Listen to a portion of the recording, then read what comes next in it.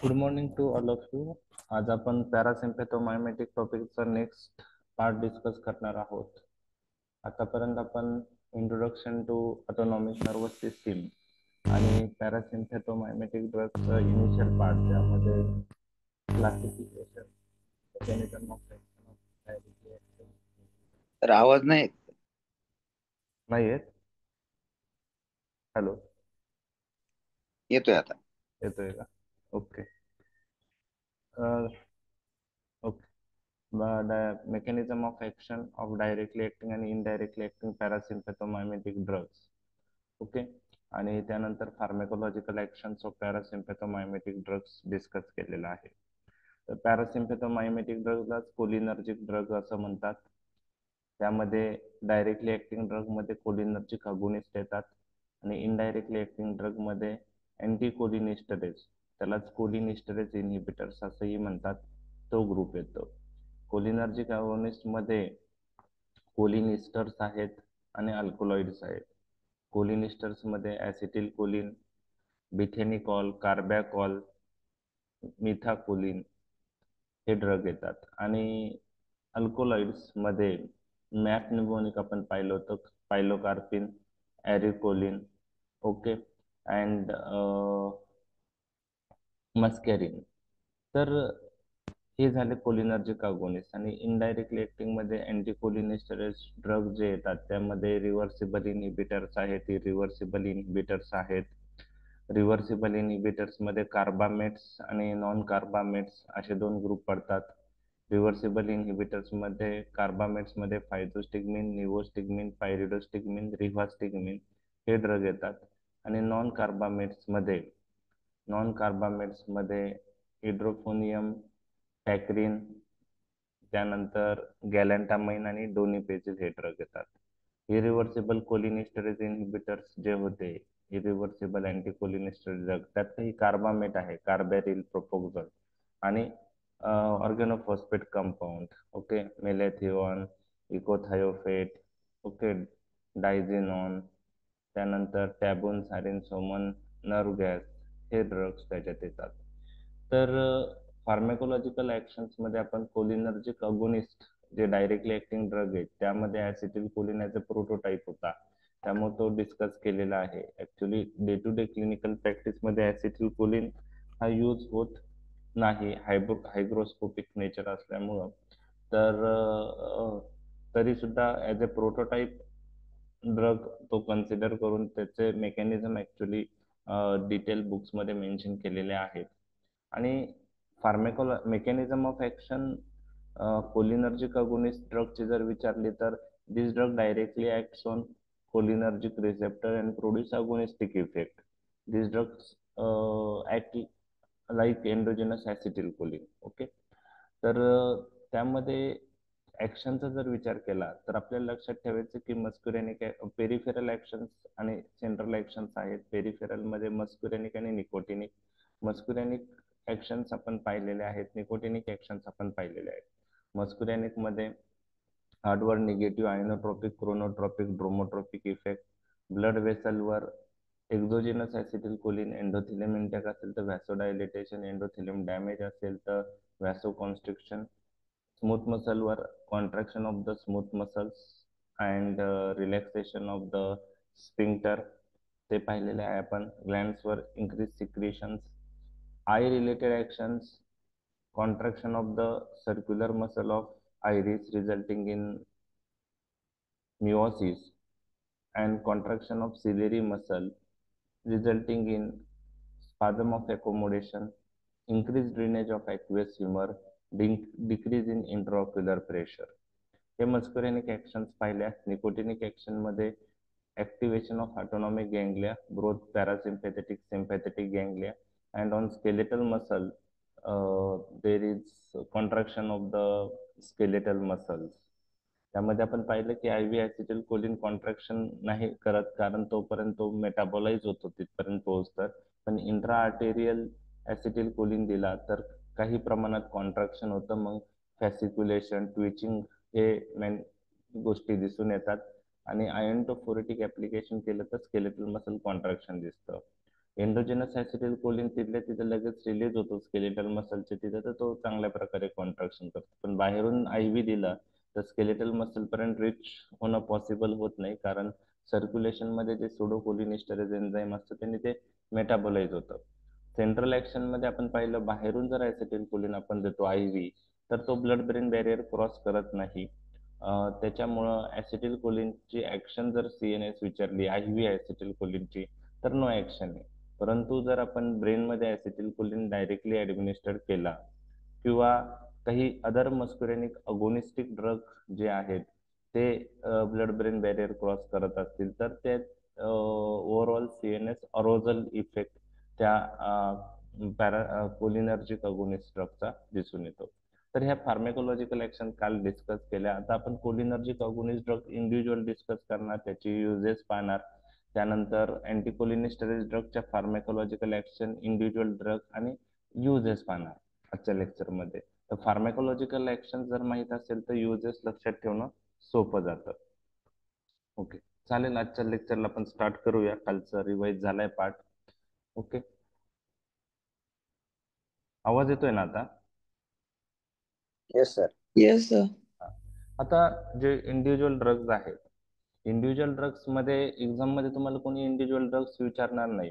MCQ point of view काही गोष्टी माहीत पाहिजे, आणि day to day clinical practice मध्ये तुम्ही ड्रग्स यूज करतात म्हणून त्या विषयी, इंडिव्हिज्युअल ड्रग विषयी आपण काही गोष्टी जाणून घेणार आहोत. एक्झाम मध्ये ॲज सच इंडिव्हिज्युअल ड्रग विषयी लिहिण्याला तुम्हाला क्वेश्चन येणार नाही. काही क्वेश्चन असू शकतात त्यामध्ये डिफरन्सेस विचारले. समजा आता फायझोस्टिगमिन, निव्होस्टिगमिन, त्याचा डिफरन्स युनिव्हर्सिटी एक्झाम मध्ये विचारलेला आहे. तर जिथं ते इंडिव्हिज्युअल ड्रग महत्वाचे आहेत ते मी तुम्हाला सांगणार आहे. आता कोलिनर्जिक अगोनिस्ट मध्ये इंडिव्हिज्युअल ड्रग विचारण्याचे चान्सेस नाहीये, फक्त याचे युजेस तुम्हाला माहित पाहिजे. स्टील आपण इंडिव्हिज्युअल ड्रग विषयी बुक्स मध्ये आहे काही महत्वाचे पॉइंट्स त्याच्याविषयी जाणून घेणार आहोत. प्रत्येक ड्रगचा डोस तुम्हाला एक्झाम मध्ये कोणी विचारणार नाही. डोस पॉइंट ऑफ व्ह्यू लक्षात ठेवलेच पाहिजे असं काही नाही. जिथं तुम्हाला मी सांगेल की हे यांचे डोस तुम्हाला माहीतच पाहिजे. जसं H. पायलोरी इंड्यूस पेप्टिक अल्सरचे रेजिमेन आहे, तर तिथं तुम्हाला त्यांचे ड्रग्सचे डोस तुम्हाला माहीत पाहिजे. किंवा अँटी ट्युबरक्युलर ड्रगचे रेजिमेन आहेत, ओके, कसं यूज करतात, तर त्यामध्ये पण डोस तुम्हाला माहीत पाहिजे. परंतु बाकी ठिकाणी खूप मेजॉरिटी जे टॉपिक्स आहेत त्याच्यामध्ये those we are not expected, बरोबर आहे. आता इंडिव्हिज्युअल ड्रग्स मध्ये आपण कोलिनर्जिक अगोनिस्ट मध्ये पहिले जे कोलिन इस्टर्स आहे ते पाहणार आहोत. त्यात ऍसिटिल कोलिन आहे, not use clinically, hygroscopic nature आहे. त्यानंतरचा आहे मिथाकोलिन. मिथाकोलिनचा पण यूज आता कमी झालेला आहे. पहिले मिथाकोलिन कुठं यूज होत होता ते मी तुमच्याशी डिस्कस करणार आहे. तर मिथाकोलिन हा CVS सिलेक्टिव्ह त्याची ऍक्शन कन्सिडर केलेली आहे. तर मिथाकोलिन कुठं यूज होता, तर मिथाकोलिन CVS वर काय ऍक्शन करेन आपल्याला माहिती आहे. कोलिनर्जिक अगोनिस्ट आहे, निगेटिव्ह आयनोट्रॉपिक, ब्रोमोट्रॉपिक, क्रोनोट्रॉपिक इफेक्ट. तर मिथाकोलिन पहिले PSVT साठी यूज केले जायचा, पॅरोक्सिस्मल सुप्राव्हेंट्रिक्युलर टॅकिकार्डिया. हा एक अरेथमियाचा प्रकार आहे PSVT.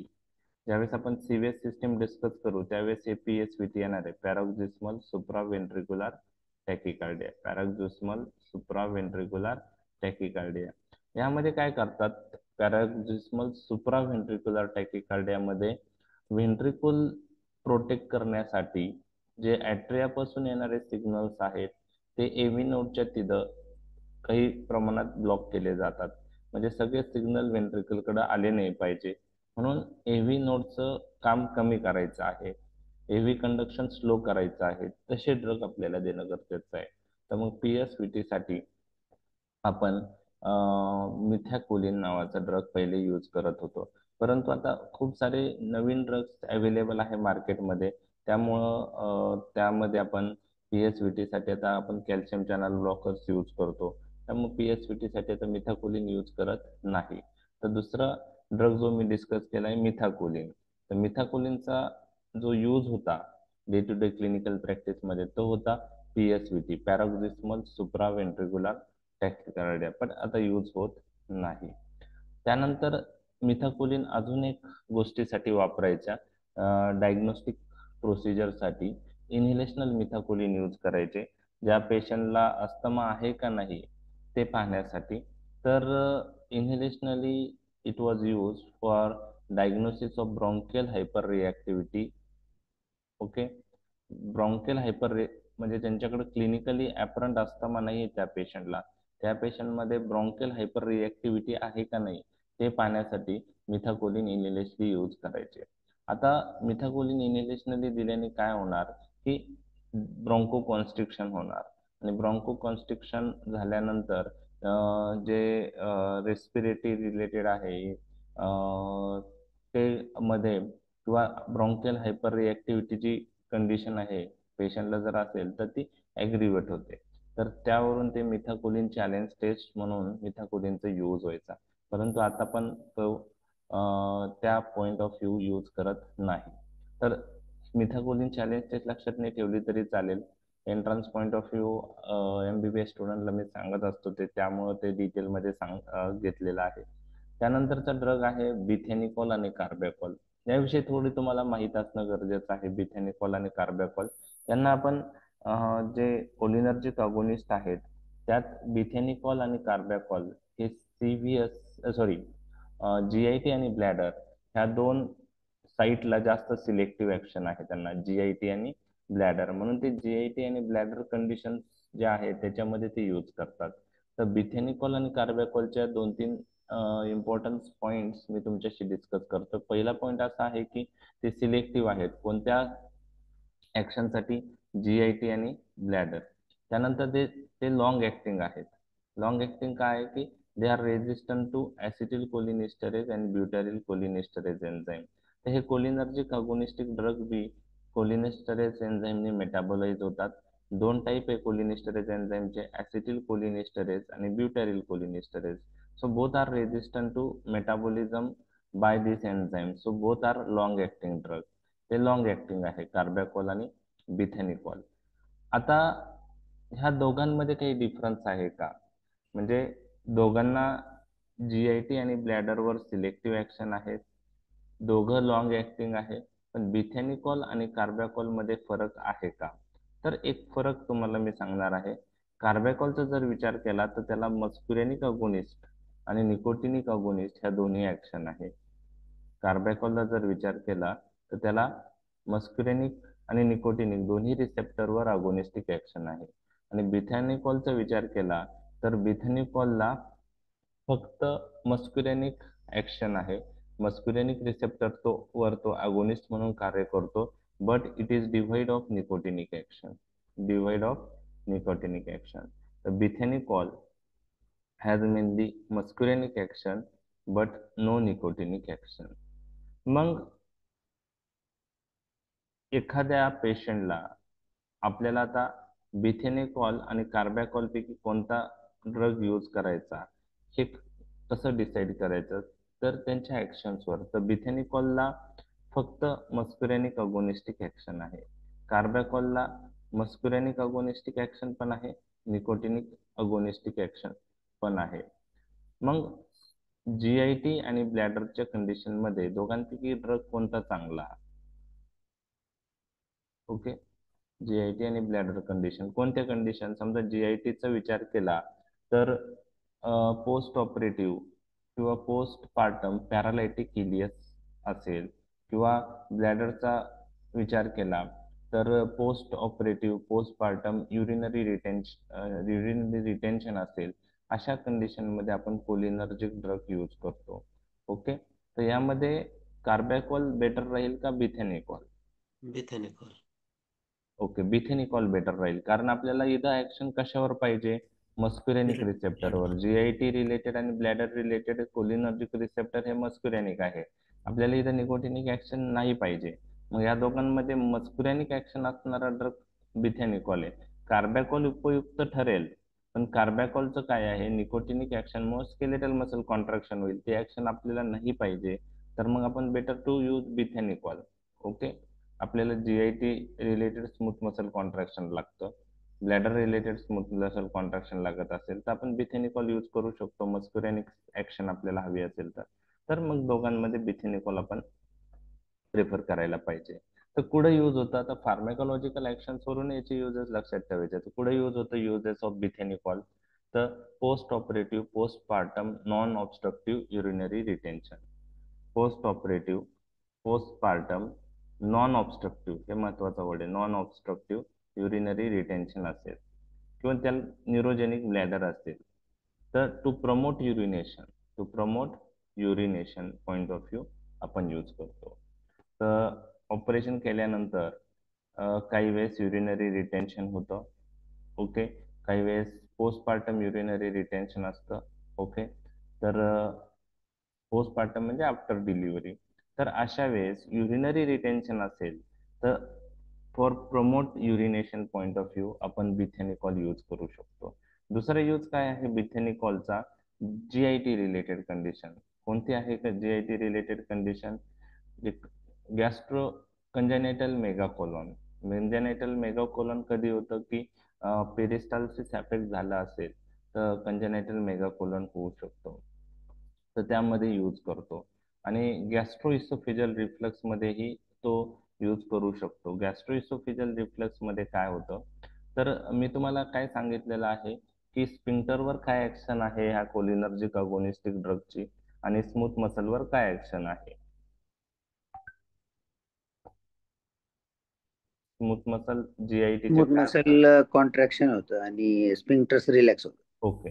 स्फिंक्टर रिलॅक्स होता. आता थोडं याच्यामध्ये डिटेल मध्ये जाणार आहे मी. द कंजेनेटल मेगाकोलॉन मध्ये कसं युजफुल आहे, तर कंजेनेटल मेगाकोलॉन मध्ये जे पेरिस्टाल्सिस असते ती कमी झालेली असते आणि त्याच्यामुळं जे कंटेन आहे ते इंटेस्टाईन मध्येच राहतं आणि कोलॉनची साईज वाढते. त्यामुळे त्याला कंजेनायटल मेगाकोलॉन म्हणतात. आणि हा जन्मता काही लोकांना बाळांना तो आजार होतो. तर त्याला कंजेनायटल म्हणजे जन्मतः, मेगाकोलॉन असं नाव दिलंय. मग त्याच्यामध्ये पेरिस्टाल्सिस वाढवण्यासाठी आपण बिथेनिकॉल देऊ शकतो. ते पेरिस्टाल्सिस म्हणजे स्मूथ मसल कॉन्ट्रॅक्शन करतील आणि त्यामुळे पेरिस्टाल्सिस वाढेल आणि स्फिंक्टर रिलॅक्स करतील. त्यामुळे जे पण कंटेंट आहे इंटेस्टाईन मधलं ते सगळं बाहेर पडण्यास मदत होईल.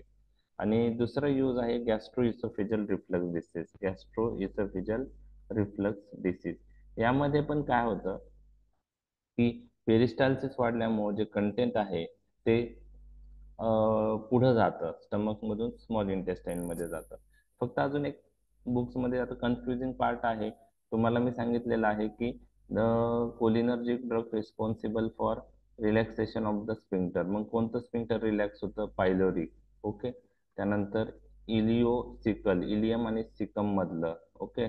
स्मॉल इंटेस्टाईन आणि लार्ज इंटेस्टाईनचा जो जॉईंट असतो इलिओसिकल स्पिंक्टर तिथं असतं. आणि तिसरं स्पिंक्टर मी सांगितलं एनल स्पिंक्टर. हे तीन स्पिंक्टर काय होतात? रिलॅक्स होतात आणि स्मॉल स्मूथ मसल कॉन्ट्रॅक्ट होतात. तर आता गॅस्ट्रोइसोफेजल रिफ्लक्स डिसीज मध्ये अजून एक पॉइंट लक्षात ठेवायचा आहे. यामध्ये एक स्पिंक्टरचा मी तुम्हाला उल्लेख नाही केलेला. मी तुम्हाला तीन स्पिंक्टर सांगितले, पायलोरिक, इलिओसिकल आणि एनल स्पिंक्टर. पायलोरिक, इलिओसिकल आणि एनल स्पिंक्टर. पायलोरिक स्पिंक्टर कुठं असतं? स्टमक आणि स्मॉल इंटेस्टाईन जिथं स्टार्ट होतं त्यांचा कनेक्शन, म्हणजे स्टमक एंड होऊन स्मॉल इंटेस्टाईन स्टार्ट होतं. तर पायलोरिक पार्ट ऑफ स्टमक जो असतो तो स्मॉल इंटेस्टाईनला कनेक्ट होतो, डिओडिनमला. तर त्या तिथं ते पायलोरिक स्पिंक्टर असतं. ओके. इसोफेजल स्पिंक्टर ऐकलंय तुम्ही? इसोफेजल स्पिंक्टर हे इसोफेजस आणि स्टमक चे स्टार्टिंग पार्ट याच्यामध्ये असतं इसोफेजियल स्पिंक्टर. तर आता एक्सेप्शन काय लक्षात ठेवायचं आहे? कोलिनर्जिक ड्रग स्पिंक्टर रिलॅक्स करतात, पायलोरिक, इलोसिकल आणि एनल स्पिंक्टर. हे तर तुम्हाला माहित झालेलं आहे. एक्सेप्शन काय आहे की इसोफेजियल स्पिंक्टरवर ऑपोजिट इफेक्ट होतो. इसोफेजियल स्पिंक्टर काय होतं? कॉन्ट्रॅक्ट होतं. आता याच्यामध्ये एक्झॅक्ट मेकॅनिझम क्लिअर नाही का होतंय. ओके. ॲनिमल स्टडी आणि ह्युमन स्टडी मध्ये ह्या गोष्टी दिसून आलेल्या आहेत. तर आता पॅरासिम्पॅथेटिक नर्वस सिस्टीम किंवा कोलिनर्जिक ड्रग, पॅरासिम्पॅथोमायमेटिक ड्रग हे काय करताय? पायलोरिक, इलिओसिकल आणि अॅनल स्फिंक्टर रिलॅक्स करताय आणि इसोफेजियल स्फिंक्टर कॉन्ट्रॅक्ट करताय. तर गॅस्ट्रो इसोफेजियल रिफ्लक्स डिसीज ऐकलाय तुम्ही? Yes sir. ओके. तर याच्यामध्ये कोलिनर्जिक ड्रग यूज करू शकतो आपण. ऍक्च्युअली आता गॅस्ट्रो इसोफेजियल रिफ्लक्स डिसीज याच्यासाठी आपण जे ड्रग यूज करतो त्यामध्ये प्रोटॉन पंप इन्हिबिटर आपण यूज करतो आणि प्रोकायनेटिक ड्रग त्यामध्ये डॉमपेरिडॉन नावाचा ड्रग आहे, ते तुम्हाला माहित आहे. तर ओमिप्राझोल, डॉमपेरिडॉन हे ड्रग आपण यूज करतो. आता गॅस्ट्रोइसोफेजियल रिफ्लक्स डिसीज मध्ये पॅरासिम्पॅथोमायमेटिक ड्रग पण उपयुक्त ठरतात. तर हे काय करतात की हे ड्रग इंटेस्टाइनल म्हणजे पेरिस्टालसिस किंवा स्मूथ मसल कॉन्ट्रॅक्शन करतात, बरोबर आहे. आता gastroesophageal reflux disease related esophageal sphincter आणि पायलोरिक स्फिंक्टर महत्वाचा आहे. त्यामुळं काय होतं ते सांगतो. आता यांची ऍक्शन इसोफेजियल स्फिंक्टरवर काय आहे, पॅरासिम्पॅथोमायमेटिक ड्रगची, आणि पायलोरिक स्फिंक्टरवर काय आहे? पायलोरिक स्फिंक्टर्स रिलॅक्स होईल. पायलोरिक स्फिंक्टर रिलॅक्स होईल आणि इसोफेजियल कॉन्ट्रॅक्ट. मग आता गॅस्ट्रो इसोफेजियल रिफ्लक्स डिसीज मध्ये काय असतं की स्टमक मधलं कंटेंट इसोफॅगस मध्ये येत असतं, कारण तिथं त्या डिसीज मध्ये जे पण स्टमक मधलं कंटेंट आहे, काही कंटेंट हे रिफ्लेक्स होतं आणि इसोफेजस मधलं गॅस्ट्रो इसोफेजियल रिफ्लक्स डिसीज. तर आता इसोफेजियल स्फिंक्टर कॉन्ट्रॅक्ट झालंय, पायलोरिक स्फिंक्टर रिलॅक्स झालंय आणि पेरिस्टालसिस किंवा स्टमकचं कॉन्ट्रॅक्शन जे स्टमकचं मसल आहे ते पण कॉन्ट्रॅक्ट होत आहे. त्यामुळं स्टमक मधलं कंटेंट कुठं कुठं पुश होईल, फॉरवर्ड फॉरवर्ड. इंटेस्टाइन. हा म्हणजे त्यामुळे काय होतं की पेशंटला रिलीफ पडतं. तर त्यासाठी बिथेनिकॉल आपण यूज करू शकतो. आता गॅस्ट्रो इसोफेजियल रिफ्लक्स डिसीज साठी जास्त ड्रग आपण जे कॉमनली यूज करतो त्यामध्ये डॉमपेरिडॉन आहे आणि प्रोटॉन पंप इन्हिबिटर्स आहे. ओके, ते ड्रग जास्त आपण प्रेफर करतो गॅस्ट्रो इसोफेजियल रिफ्लक्स डिसीज. तर जीआयटी मध्ये GERD आपण तेव्हा डिस्कस करूया, त्यावेळेस ते डिटेल येणार आहे. फक्त आता एक बिथेनिकॉलचा यूज तुम्हाला लक्षात ठेवायचा आहे म्हणून तुमच्याशी मी डिस्कस केलंय. तर हे दोन यूज जीआयटी आणि ब्लॅडरशी रिलेटेड आहे. तर ब्लॅडरशी related post operative postpartum urinary non obstructive urinary retention आणि जीआयटी रिलेटेड कंजेनायटल मेगाकोलॉन. त्याचप्रमाणे पॅरालायटिक इलियस असेल, पोस्ट ऑपरेटिव्ह पॅरालायटिक इलियस, त्यामध्येही आपण यूज करू शकतो, बरोबर आहे. ओरली यूज करतो, सबक्युटेनियसली यूज करतो, पण आपण IV यूज करत नाही. ओके. पायलोकार्पिन नावाचं आय ड्रॉप तुम्ही ऐकलाय? येस. पायलोकार्पिन. आता पायलोकार्पिन नावाचा आय ड्रॉप जो आहे, तर पायलोकार्पिन एक तर मिओसिस करतो, ओके, ती एक ऍक्शन आहे. आणि दुसरी एक ऍक्शन आहे की आपण जी पाहिलेली आहे तर ती ऍक्टिव्हस ह्युमरचं ड्रेनेज वाढवतो सिलेरी मसलच्या कॉन्ट्रॅक्शनमुळं आणि स्पाझम ऑफ अकोमोडेशन हे करू शकतो. ते ऍसिटिल कोलिनचे जे ऍक्शन आहेत त्याच पायलोकार्पिनचे असणार आहे. फक्त पायलोकार्पिनचं इम्पॉर्टन्स काय, ऍडव्हान्टेज काय आहे की पायलोकार्पिन टॉपिकली यूज केला आय मध्ये तर तो कॉर्निया पेनिट्रेट करतो, म्हणून आपण टॉपिकल प्रिपरेशन पायलोकार्पिनचं जे अवेलेबल आहे ते यूज करू शकतो, बरोबर आहे. तर ह्या कोलिनर्जिक अगोनिस्ट मध्ये आय रिलेटेड यूज साठी पायलोकार्पिन टॉपिकल प्रिपरेशन अवेलेबल आहे. तर टॉपिकल प्रिपरेशनचा ऍडव्हान्टेज काय आहे की सिस्टेमिक साईड इफेक्ट कमी असणार आहे. तर पायलोकार्पिन हा ड्रग एक तर प्लांट सोर्स पासून ऑप्टेन होतो, पायलोकार्पस मायक्रोफिलस. युजेस काय आहे पायलोकार्पिनचे, तर ग्लाउकोमा मध्ये तो यूज होतो. ग्लाउकोमा हा थर्ड चॉईस ड्रग हा ड्रग कन्सिडर होतो, थर्ड चॉईस म्हणून ग्लाउकोमा मध्ये पायलोकार्पिन. आता ग्लाउकोमाचं एक वेगळं लेक्चरच आहे. आताच्या लेक्चरमध्ये ग्लाउकोमा मी तुम्हाला डिटेलमध्ये एक्सप्लेन करणार नाही, कारण त्यात ग्लाउकोमाचे टाइप्स आहेत. त्यानंतर त्या टाइप्स मध्ये तो ग्लाउकोमा कसा होतो, त्या पेशंट मध्ये काय रिझन आहे ते आहे, तर त्या सगळ्या गोष्टी आहेत. तर ग्लाउकोमा हा एक असा आजार आहे की त्यामध्ये ऑप्टिक नर्व डॅमेज म्हणून ब्लाइंडनेस होतं आणि त्याचं एक रिझन आहे increase intraocular pressure. Intraocular pressure वाढलं तर ऑप्टिक नर्व डॅमेज होणार. ऑप्टिक नर्व डॅमेज झालं तर पेशंटला ब्लाइंडनेस येणार. तर कॅटॅरॅक्ट नंतर ब्लाइंडनेसचा जो इम्पॉर्टंट कॉज आहे तो ग्लाउकोमा आहे आणि मराठीत त्याला काचबिंदू असं म्हणतात. तर ग्लाउकोमामध्ये मेन कॉज काय आहे? Rise in intraocular pressure. तर treatment point of view, medical treatment point of view, intraocular pressure कमी करणारे ड्रग आपण देतो. तर ग्लाउकोमा पहिला यूज आहे पायलोकार्पिनचा, पण हा थर्ड चॉईस ड्रग म्हणून आपण यूज करतो. Okay, 0.5 to 4%. आता पायलोकार्पिन आणि फायझोस्टिगमिन हे कॉम्बिनेशनही आपण यूज करू शकतो. तर फायझोस्टिगमिन हा अँटीकोलिनिस्टरेज ड्रग आहे, तो आपण आता डिस्कस करणारच आहोत थोड्या वेळात. तर याचं कॉम्बिनेशनही आपण यूज करू शकतो. फायझोस्टिगमिन पण टॉपिकल प्रिपरेशन अवेलेबल आहे आणि ह्या दोघं एकत्र यूज केल्याने सिनर्जिस्टिक इफेक्ट येतो. आता आपण सिनर्जिझम, अँटागोनिझम ह्या गोष्टी डिस्कस केल्या जनरल फार्मॅकमध्ये. ओके, तर यामध्ये ग्लाउकोमाचे दोन टाईप असतात, ओपन अँगल ग्लाउकोमा आणि क्लोज अँगल ग्लाउकोमा. त्याला अँगल क्लोजर ग्लाउकोमा म्हणतात. आता हे काय आहे हे ग्लाउकोमा मध्ये आपण डिटेलमध्ये डिस्कस करणार आहे. ह्या दोन्ही प्रकारच्या ग्लाउकोमात पायलोकार्पिन उपयुक्त आहे. ओपन अँगल ग्लाउकोमा मध्ये पायलोकार्पिन ॲक्वियस ह्युमरचं ड्रेनेज वाढवतं. कसं वाढवतं? Action is related with ciliary muscle contraction. Ciliary muscle towards lens contract होता, त्यामुळं जे आउटफ्लो असतो त्याच्यावर सिलियरी मसल ओव्हरलॅप झालेले असतात. कॉन्ट्रॅक्शन टुवर्ड्स लेन्स झाल्यामुळं हा ड्रेनेज ट्रॅक्ट आहे, आउटफ्लो फॅसिलिटी जी आहे ती इम्प्रूव्ह होते आणि त्यामुळं ड्रेनेज वाढल्यामुळं ॲक्वियस ह्युमर आय मधून सिस्टेमिक सर्क्युलेशन मध्ये ड्रेन झाल्यामुळं ॲक्वियस ह्युमरची लेवल कमी होते आणि इंट्राऑक्युलर प्रेशर कमी होतं. तर ओपन अँगल ग्लाउकोमा जो आहे त्यामध्ये ॲक्वियस ह्युमरचं ड्रेनेज हे ड्रग वाढवतात आणि इंट्राऑक्युलर प्रेशर कमी करतात. आता दुसरा जो प्रकार आहे क्लोज अँगल ग्लाउकोमा, त्यातही पायलोकार्पिन उपयुक्त आहे आणि तो कसा उपयुक्त आहे? पायलोकार्पिन रिमूव्ह पिप्युलरी ब्लॉक.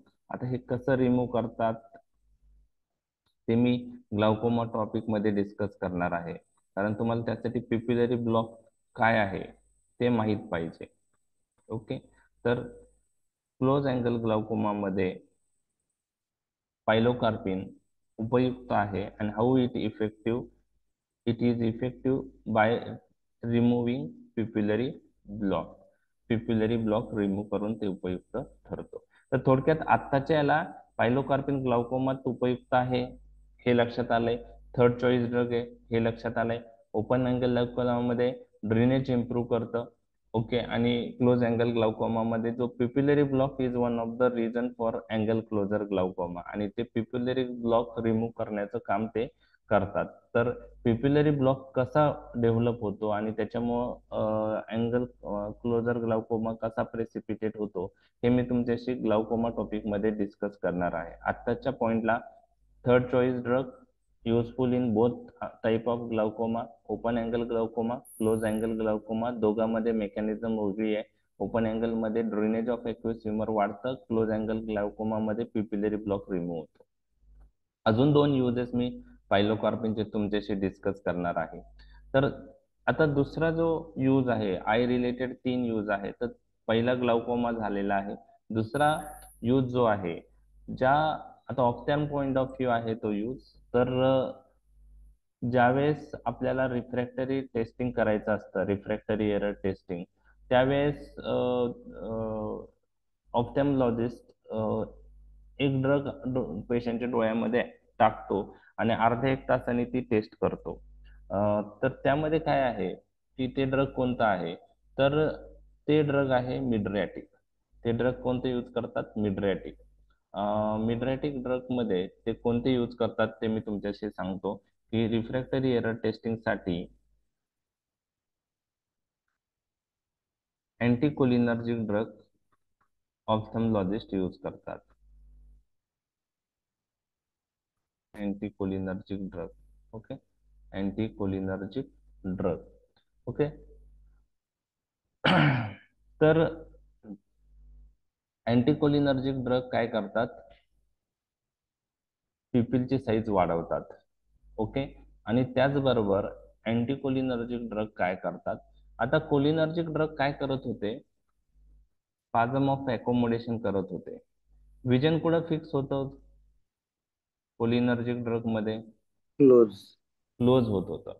आता cholinergic drug vision near object साठी फिक्स करत होते. कोलिनर्जिक ड्रग किंवा पॅरासिम्पॅथेटिक सिस्टीम जरी ऍक्टिव्हेट झाली, आपल्या शरीरात ऍसिटिल कोलिन रिलीज झाला, तर ते पण स्पाझम ऑफ अकोमोडेशन करणार. बरोबर आहे, कोलिनर्जिक ड्रग. आता अँटीकोलिनर्जिक ड्रग आणि कोलिनर्जिक ड्रग मिओसिस पण करत होते. बरोबर आहे, कोलिनर्जिक ड्रग मिओसिस पण करत होते. मग अँटीकोलिनर्जिक ड्रग दिले तर काय इफेक्ट यायला पाहिजे? रिलॅक्सेशन. रिलॅक्सेशन म्हणजे डायलेटेशन. डायलेटेशन ऑफ प्युपिल, मग त्याला म्हणतात मिड्रेसिस. ओके. आणि इथं सिलेरी मसल रिलॅक्स झाल्यामुळं लेन्स म्हणजे सिलेरी मसलचं रिलॅक्सेशन झाल्यामुळं ciliary muscle away from lens जातात, सस्पेन्सरी लिगामेंट टाईट होतं आणि लेन्स जी आहे लेस कॉन्व्हेक्स होते अँटीकोलिनर्जिक ड्रग दिल्याने. म्हणजे कोलिनर्जिक ड्रगच्या एक्झॅक्टली ऑपोजिट. तर कोलिनर्जिक ड्रग मध्ये विजन नियर ऑब्जेक्ट साठी फिक्स होत होती, मग अँटीकोलिनर्जिक ड्रग मध्ये विजन कुठं फिक्स होईल? फार फार फार ऑब्जेक्ट, फार फार ऑब्जेक्ट, फार ऑब्जेक्ट. तर फार ऑब्जेक्ट साठी त्याला आपण पॅरालायसिस ऑफ अकोमोडेशन म्हणतो किंवा सायक्लोप्लेजिया म्हणतो. त्याला आपण काय म्हणतो? पॅरालायसिस ऑफ अकोमोडेशन किंवा सायक्लोप्लेजिया. तर रिफ्रॅक्टरी टेस्टिंग मध्ये मिड्रेसिस आणि ही सायक्लोप्लेजिया ह्या दोन्ही गोष्टी लागत असतात. म्हणून रिफ्रॅक्टरी एरर टेस्टिंग मध्ये डोळ्याचे जे रिफ्रॅक्टरी एरर काढायचा असतो त्यावेळेस ऑप्थॅल्मॉलॉजिस्ट आपल्या डोळ्यामध्ये अँटीकोलिनर्जिक ड्रग टाकतात. ओके. तर तुम्हाला आता अँटीकोलिनर्जिक ड्रग मध्ये ॲट्रोपिन नावाचा एक ड्रग आहे, त्यानंतर ट्रोपिकामाइड नावाचं आय ड्रॉप आहे, सायक्लोपेंटोलेट नावाचा आय ड्रॉप आहे. तर हे अँटीकोलिनर्जिक ड्रग रिफ्रॅक्टरी एरर टेस्टिंग साठी वापरले जातात. मग पेशंटच्या डोळ्यात टाकल्यानंतर अर्ध्या तासांनी ते ड्रगचा इफेक्ट येणार, मिड्रेसिस होणार आणि सायक्लोप्लेजिया होणार आणि विजन फार ऑब्जेक्ट साठी फिक्स होणार आणि मग त्यानंतर रिफ्रॅक्टरी एरर टेस्टिंग केली जाते. आता ही टेस्ट संपल्यानंतर जी ड्रगची ऍक्शन आहे ती टर्मिनेट झाली पाहिजे. बरोबर आहे, म्हणजे मिड्रेसिस आणि सायक्लोप्लेजिया जे पेशंट मध्ये प्रोड्यूस झालेलं आहे ते तसंच राहिलं तर काय होतं? तर मिड्रेसिस आणि सायक्लोप्लेजिया तसंच जास्त वेळ राहिलं तर पेशंटला दिसायला त्रास होतं, ब्लरिंग ऑफ विजन होतं. मग ते रिव्हर्स करणं गरजेचं आहे. टेस्टिंग झाल्यानंतर पेशंटला घरी पाठवायचं आहे. मग ते रिव्हर्स करण्यासाठी आपण काय करू शकतो? ते रिव्हर्स पायलोकार्पिन. पायलोकार्पिन देतो आपण. पायलोकार्पिन काय करेल? जे मिड्रेसिस झालं आहे त्याला रिव्हर्स करेल, जे सायक्लोप्लेजिया झालेला आहे त्याला रिव्हर्स करेल. तर यामध्ये जर आपण लॉंग ऍक्टिंग मिड्रॅटिक यूज करणार असू तर ॲट्रोपिन हा लॉंग ऍक्टिंग आहे. बरोबर आहे, त्याचा जो सायक्लोप्लेजिया किंवा मिड्रॅटिक इफेक्ट हा काही दिवस राहतो. मग तो रिव्हर्स करण्यासाठी आपल्याला पायलोकार्पिन यूज करणं गरजेचं आहे. बरोबर आहे, म्हणजे आपण पायलोकार्पिन कशासाठी देतो? To reverse the effect of anticholinergic drug. कोणत्या पेशंटमध्ये? रिफ्रॅक्टरी एरर टेस्टिंगच्या पेशंटमध्ये. म्हणजे सुरुवातीला तुम्ही म्हणजे ऑप्थॅल्मॉलॉजिस्ट अँटीकोलिनर्जिक ड्रग देईल, त्यामुळे मिड्रेसिस आणि सायक्लोप्लेजिया होईल आणि टेस्टिंग होईल. टेस्टिंग झाल्यानंतर परत मिड्रॅटिक आणि सायक्लोप्लेजिया इफेक्ट जो आलेला आहे तो रिव्हर्स झाला पाहिजे. तो रिव्हर्स करण्यासाठी आपण पायलोकार्पिन मिओटिक ड्रग देऊ. तो मिओसिस करेल आणि सायक्लोप्लेजिया पण रिव्हर्स करेल. लक्षात आलं तुमच्या? हा दुसरा यूज.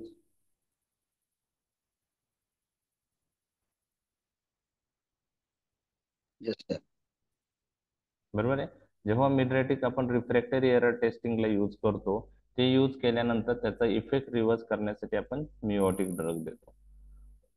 समजलं हे? दुसरा यूज. समजलं sir. Okay. Yes sir. Okay. आता तिसरा यूज काय आहे? सपोज आता हे कॉर्निया आहे, हे आयरिस मसल आहेत. Okay.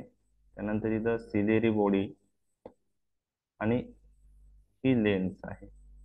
Okay, lens ciliary muscle, ciliary muscle, ciliary बॉडीचे सिलेरी मसल पण असतात, तर लेन्स सिलेरी मसलला सस्पेन्सरी लिगामेंटला कनेक्टेड असते.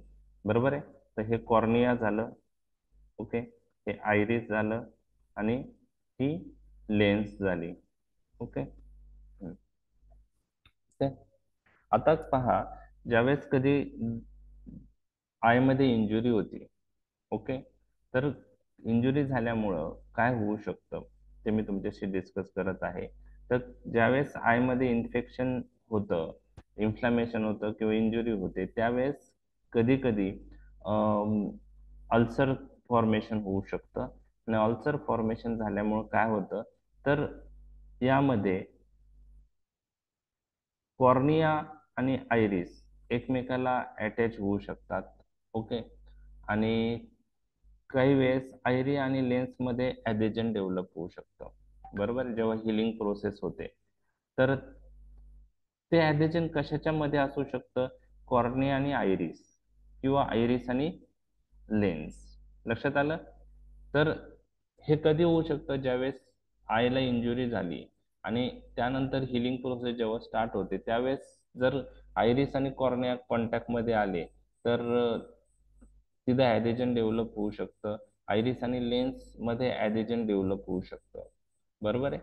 आता हे ॲडेजन म्हणजे ॲडेजनचा थोडक्यात आपण विचार केला तर कॉर्निया आणि आयरिस एकमेकांना अटॅच होऊ शकतं किंवा आयरिस आणि लेन्स एकमेकांच्या कॉन्टॅक्ट मध्ये येऊ शकतं ॲडेजनमुळे. आता हे ॲडेजन प्रिव्हेंट करायचं असेल किंवा झालेलं ॲडेजन ब्रेक करायचं असेल तर काय करायला पाहिजे. बरोबर आहे. जे ॲडेजन डेव्हलप झालेलं आहे ते ब्रेक करायचंय किंवा ॲडेजन होऊच देऊ नये म्हणून काही आपण यूज करू शकतो का, तर करू शकतो. त्यामध्ये आपण काय करतो, त्यामध्ये आपण मिओटिक ड्रग आणि मिड्रॅटिक ड्रग अल्टरनेटिव्हली यूज करतो. कोणते ड्रग यूज करतो, मिओटिक आणि मिड्रॅटिक ड्रग अल्टरनेटिव्हली यूज करतो. म्हणजे मिओटिक ड्रग द्यायचं, त्यानंतर परत मिड्रॅटिक द्यायचं, म्हणजे अल्टरनेटिव्ह मिओटिक मिड्रॅटिक यूज करायचं. आता त्यांनी काय होतं, त्यांनी जे ॲडेशन तयार झालेलं आहे ते ब्रेक होतं किंवा आपण प्रोफेलॅक्टिक यूज केलं, इंजुरी झालेली आहे, इन्फेक्शन आहे किंवा इन्फ्लामेशन आहे, तर प्रोफेलॅक्टिकली यूज केलं तर तिथे ॲडेजनच होत नाही. मग हे ॲडेजन प्रिव्हेंट किंवा ब्रेक कशामुळे होतं, मिओटिक मिड्रॅटिक अल्टरनेटिव्ह दिल्याने काय फरक होतो, कसं इफेक्टिव्ह आहे ते मी तुमच्याशी डिस्कस करणार आहे. मिओटिक दिल्यामुळे पिपल साईज काय होते, साईज कमी होते. स्मॉल. कमी होते. साईज कशी कमी होते, हे जे आयरिस आहे ना, आयरिस, ह्या दोन आयरिसच्या मधली जे गॅप असतो त्याला प्युपिल म्हणतो आपण. प्युपिल साईज कमी का होते, हा आयरिस मसल टुवर्ड सेंटर कडे जातो आणि हा आयरिस मसल परत सेंटर कडे येतो. मग सेंटर कडे आयरिस मसल आल्यामुळं दोन आयरिस मसल मधला गॅप काय होईल, कमी होईल. बरोबर आहे. म्हणजे आयरिस मसल मिओसिस होताना आयरिस मसल वर जी ऍक्शन होती, काय ऍक्शन होती त्यात आपण डिटेल मध्ये जात नाहीये. कसं मिओसिस होतं ते आपण जात नाही. फक्त मिओसिस झाल्यामुळे आयरिस मसल टुवर्ड्स पुढे जातात सेंटर. बरोबर आहे. सेंटर. सेंटर गेल्यामुळं दोन्ही आयरिस मसल टुवर्ड सेंटर आल्यामुळे पिपिल दोघं त्यामधला जो गॅप आहे तो कमी होणार आहे. बरोबर आहे. पिपिल साईज कमी होणार आहे. आणि मिड्रॅटिक दिल्यामुळं पिपिल साईज काय होते, वाढते, डायलेटेशन होतं. यावेळेस काय होतं, जे आयरिस मसल कुठे जातात, away from away centre. Away जातात. मग आता पहा, मिओटिक मिड्रॅटिक दिल्याने काय होतं, iris muscle toward centre away from centre move होतात आणि त्या मुवमेंटमुळं आयरिस मसलची मुवमेंट टुवर्ड सेंटर झाली, अवे फ्रॉम सेंटर झाली, परत टुवर्ड सेंटर झाली. तर त्या मुवमेंटमुळे जे ॲडेजन झालेलं असेल ते काय होईल, आयरिस आणि कॉर्निया किंवा आयरिस ब्रेक होईल. तर त्यासाठी आपण हे मिओटिक मिड्रॅटिक अल्टरनेटिव्हली देतो. म्हणजे फक्त मिओटिक दिलं किंवा फक्त मिड्रॅटिक दिल्याने फरक नाही होणार. मिओटिक मिड्रॅटिक अल्टरनेटिव्हली दिल्याने आयरिस मसलचं जे मूव, आयरिस जो आहे toward centre away from centre move होणार आणि ते मूव्ह झाल्यामुळं जे ॲडेजन झालेलं आहे ते ब्रेक होईल, किंवा प्रोफेलेक्टिक यूज केला तर ते ॲडेजनच होऊ देत नाही. तयार व्हायला लागलं तर लगेच ते ब्रेक होणार आहे. बरोबर आहे. म्हणजे to prevent or to break the adhesion between iris and cornea or iris and lens we तर यूज कुठल्या कंडिशन मध्ये देतो आपण म्हणजे आय रिलेटेड. आता इन्फेक्शन जेव्हा होतं, आता कॉर्नियाचं इन्फेक्शन झालं, इन्फ्लामेशन झालं, आयरिसचं झालं, आयरायटिस, ओके ओके, केराटायटिस. केराटायटिस म्हणजे ड्रायनेस. नाही, केराटायटिस म्हणजे कॉर्नियाचं इन्फ्लामेशन. आयटिस जिथं वर्ड येतो त्याचा अर्थ इन्फ्लामेशन. तर आयरायटिस म्हणजे आयरिसचं इन्फ्लामेशन. आहे. केराटायटिस म्हणजे कॉर्नियाचं इन्फ्लामेशन. तर त्यामध्ये ज्यावेळेस चान्सेस आहे ॲडेजन व्हायचे, अल्सर फॉर्मेशन होतं कधी कधी कॉर्नियामध्ये. तर कॉर्नियल अल्सर म्हणजे आता व्हायरल इन्फेक्शन असेल, बॅक्टेरियल इन्फेक्शन असेल, तर हे आय रिलेटेड इन्फेक्शन मध्ये कॉर्नियल अल्सर पण डेव्हलप होतात. म्हणजे आता त्यामध्ये जर ॲडेजन डेव्हलप होण्याची रिस्क असेल, ओके, त्यावेळेस आपण हे ड्रग यूज करतो. म्हणजे प्रत्येक इन्फेक्शन मध्ये काही ॲडेजन होईलच असं नाही. फक्त जिथं रिस्क जास्त आहे, आता ते ऑप्थॅल्मॉलॉजिस्टचं लुकआउट आहे की कोणते कंडिशन्स मध्ये ॲडेजनचे चान्सेस आहे. जर ॲडेजन झालं तर आपल्याला ते ब्रेक करायचंच आहे. बरोबर आहे. होऊ नये म्हणून पण यूज करू शकतो. तर ते प्रोफेलेक्टिकली जास्त यूज करतात का ट्रीटमेंट पॉईंट ऑफ व्ह्यू ते मला माहित नाही. फक्त आता त्या पॉईंट ऑफ व्ह्यू यूज करता ॲज पर बुक. ठीक आहे. तर मग जे पण आय रिलेटेड एंटेरियर पार्टचे जे इन्फेक्शन्स आहेत, त्यामुळं इन्फ्लामेशन होतं. आणि इन्फ्लामेशन झाल्यानंतर सपोज अल्सर झालं, अल्सर हिलिंग होतं आणि समजा कॉर्निया आणि आयरिस कॉन्टॅक्टमध्ये आले तर ते हिलिंग प्रोसेसमध्ये ॲडेजन होण्याचे चान्सेस असू शकतात. कॉर्निया आणि आयरिस किंवा आयरिस आणि लेन्स. ठीक आहे. ओके सर, हो. थँक्यू. ओके. तर हे आता आपण डिटेलमध्ये डिस्कस केलेत युजेस पायलोकार्पिनचे. Glaucoma, to counteract mydriatic after refractory error testing, आणि to prevent or to break adhesion between iris and cornea or iris and lens we use miotic आणि मिडरॅटिक अल्टरनेटिव्हली. तर तुम्हाला जर विचारलं वायवात मिओटिक मिडरॅटिक अल्टरनेटिव्हली कोणत्या condition मध्ये use करतात, तर ती क्लिक झाली पाहिजे ॲडेजनच्या प्रिव्हेंशन किंवा ट्रीटमेंटसाठी. ओके. तर 3 युजेस आपण पायलोकार्पिनचे पाहिलेले आहेत. आय रिलेटेडच यूज करतो आपण. आता सायलोगॉग म्हणून पण तो यूज करू शकतो, पण ओरल प्रिपरेशन अवेलेबल नाही. सायलोग्लॉक म्हणजे काय की जे सलायवरी सिक्रेशन आहे ते वाढवण्यासाठी ॲज अ सायलोग्लॉक. म्हणजे ड्रायनेस ऑफ माउथ झालेला असेल आणि मग त्याच्यात आपल्याला सायलोगॉग म्हणून ड्रग द्यायचा असेल तर आपण देऊ शकतो हा. पण त्याचं ओरल प्रिपरेशन अवेलेबल नाही. ठीक आहे. तर हे पायलोकार्पिनचं ऑप्थॅल्मिक प्रिपरेशन आहे. आय ड्रॉप मध्ये पर्सेंटेज असतात 0.5 to 4% मध्ये आहे. ओके, 0.5, 1 to 4, तर डिपेंडिंग कोणतं यूज करायचं ते ऑप्थॅल्मॉलॉजिस्ट डिसाईड करतात. ओके. आता आपण कोलिनर्जिक ड्रग अगोनिस्ट सगळे संपलेले आहे आपले. म्हणजे आता डिटेलमध्ये आपण डिस्कस केलेले आहे. एक्झाम मध्ये तुम्हाला फक्त युजेस जरी माहित असेल कोलिनर्जिक अगोनिस्टचे, तरी more than sufficiently. Individual drug तुम्हाला कोणी विचारणार नाही. एमसीक्यू व इंडिव्हिज्युअल ड्रग वर कधी येऊ शकतो. आता दुसरा जो ग्रुप आहे तो आहे इनडायरेक्टली ऍक्टिंग पॅरासिम्पॅथोमायमेटिक ड्रग. आणि त्यामध्ये कोणते ड्रग आहे? अँटीकोलिनिस्टरेज. तर अँटीकोलिनिस्टरेज ड्रग म्हणजे कोलिनिस्टरेज इन्हिबिटर, म्हणजे ते कोलिनिस्टरेज एन्झाईमला इन्हिबिट करतात. तर कोलिनिस्टरेज एन्झाईमच्या विषयी आपण जाणून घेणार आहोत. ओके. ऍसिटिल कोलिनिस्टरेज एन्झाईम विषयी. ओके. तर जे कोलिनिस्टरेज एन्झाईम आहे, ओके, त्यावर 2 बाइंडिंग साईट असतात. बरोबर आहे. तुम्हाला लक्षात ठेवायचे हे कोलिनिस्टरेज एन्झाईम जर असेल तर त्यावर 2 बाइंडिंग साईट असतात. तुम्हाला मी जनरल फार्मॅक मध्ये सांगितलंय, ज्या वेळेस एखादा एन्झाईम एखाद्या सबस्ट्रेटचं मेटाबॉलिझम करतो त्यावेळेस तो एन्झाईम त्या सबस्ट्रेटला बाइंड होतो. लोक अँड की मॉडेल, त्यामध्ये सबस्ट्रेट आणि एन्झाईम बाइंड होता एकमेकाला. एन्झाईम सबस्ट्रेट कॉम्प्लेक्स होता आणि त्यानंतर रिॲक्शन घडून येते. त्यामुळं पहिले तो सबस्टन्स त्या एन्झाईमला बाइंड होणं गरजेचं आहे. तर कोलिनिस्टरेज एन्झाईमचा जर विचार केला तर 2 बाइंडिंग साईट आहे. आणि ते नावं तुम्हाला लक्षात ठेवायचे आहेत. एनिओनिक साइट आणि दुसरी आहे हिस्टरेटिक साइट. ओके, एनिओनिक साइट आणि हिस्टेरिक साइट. तर ह्या साइटला सबस्ट्रेट बाइंड होतो. तर आता ऍसिटिल कोलिन कोलिनिस्टरेज एन्झाईमने मेटाबोलाइज होतो हे तुम्हाला माहिती आहे. ओके ओके, कोलिन आणि ऍसिटिक ऍसिड किंवा ऍसिटेट आपण म्हणतो ते रिलीज होतं ते तुम्हाला माहिती आहे. तर त्यासाठी ऍसिटिल कोलिन पहिले कोलिनिस्टरेज एन्झाईमला बाइंड होतो. तर कुठं बाइंड होतो? एनिओनिक साइट ॲज वेल एज हिस्टरेटिक साइटला. आणि त्यामुळं ऍसिटिल कोलिन कोलिनिस्टरेज एन्झाईम कॉम्प्लेक्स तयार होतं आणि हे कॉम्प्लेक्स हायड्रोलायसिस रिॲक्शनने हे कॉम्प्लेक्स जे आहे ते नंतर वॉटरशी रिॲक्ट होतं आणि हायड्रोलायसिस रिॲक्शन होते आणि त्याच्यामुळं त्या ऍसिटिल कोलिनचं मेटाबॉलिझम होऊन कोलिन आणि ऍसिटिक ऍसिड रिलीज होतं. तर बेसिक गोष्ट लक्षात आली का तुम्हाला? ऍसिटिल कोलिनच्या मेटाबॉलिझमसाठी कोलिनिस्टरेज एन्झाईम लागतं, बरोबर आहे. ऍसिटिल कोलिनच्या मेटाबॉलिझमसाठी कोलिनिस्टरेज एन्झाईम लागतं आणि कोलिनिस्टरेज एन्झाईमच्या दोन बाइंडिंग साइट आहे, एनिओनिक साइट आणि हिस्टरेटिक साइट. तर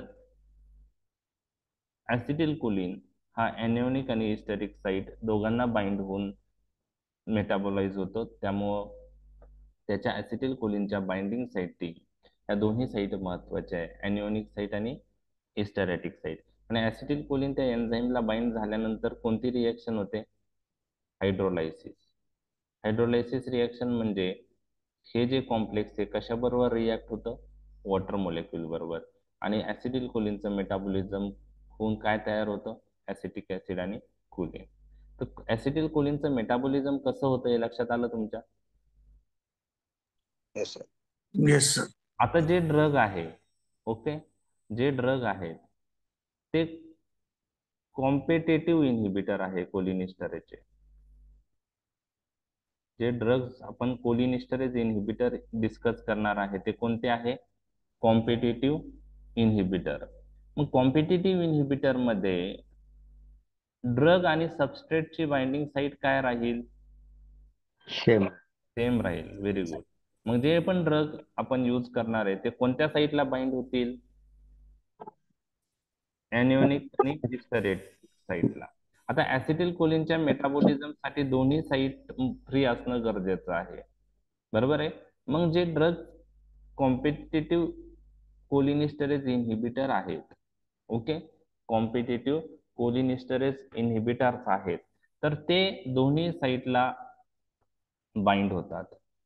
ओके, दोन्ही साइटला, सॉरी, जे कॉम्पिटिटिव्ह इन्हिबिटर्स आहेत कोलिनिस्टरेज इन्हिबिटर कॉम्पिटिटिव्ह, तर ते जिथं ऍसिटिल कोलिन बाइंड होतं तिथं ते बाइंड होतं. कॉम्पिटिटिव्ह इन्हिबिशन आहे. तर ते कोणत्या साइटला बाइंड होऊ शकतात ते मी तुमच्याशी डिस्कस करणार आहे. तर ऍसिटिल कोलिनच्या मेटाबॉलिझमसाठी ऍसिटिल कोलिन ह्या कोलिनिस्टरेज एन्झाईमला बाइंड असणं गरजेचं आहे, बरोबर आहे. ह्या बाइंड होणं गरजेचं आहे आणि ऍसिटिल कोलिन एनिओनिक आणि हिस्टरेटिक साइटला बाइंड होतं. तर हे कॉम्पिटिटिव्ह इन्हिबिटर काय करतात? हे ड्रग ऍसिटिल कोलिन बरोबर कम्पीट करतात आणि तेच ऍसिटिल कोलिनच्या ऐवजी हे ड्रग ह्या एन्झाईमला बाइंड होतात आणि एन्झाईमला इनिबिट करतात. तर काही कॉम्पिटिटिव्ह इन्हिबिटर जे आहे ते एनिओनिक आणि हिस्टरिक दोन्ही साइटला बाइंड होतात. काही कॉम्पिटिटिव्ह इन्हिबिटर फक्त हिस्टरेटिक साइटला बाइंड होतात. म्हणजे कोणती तरी बाइंडिंग साइट ब्लॉक होणं गरजेचं आहे. ती जर ब्लॉक झाली तर ऍसिटिल कोलिन बाइंड होणार नाही.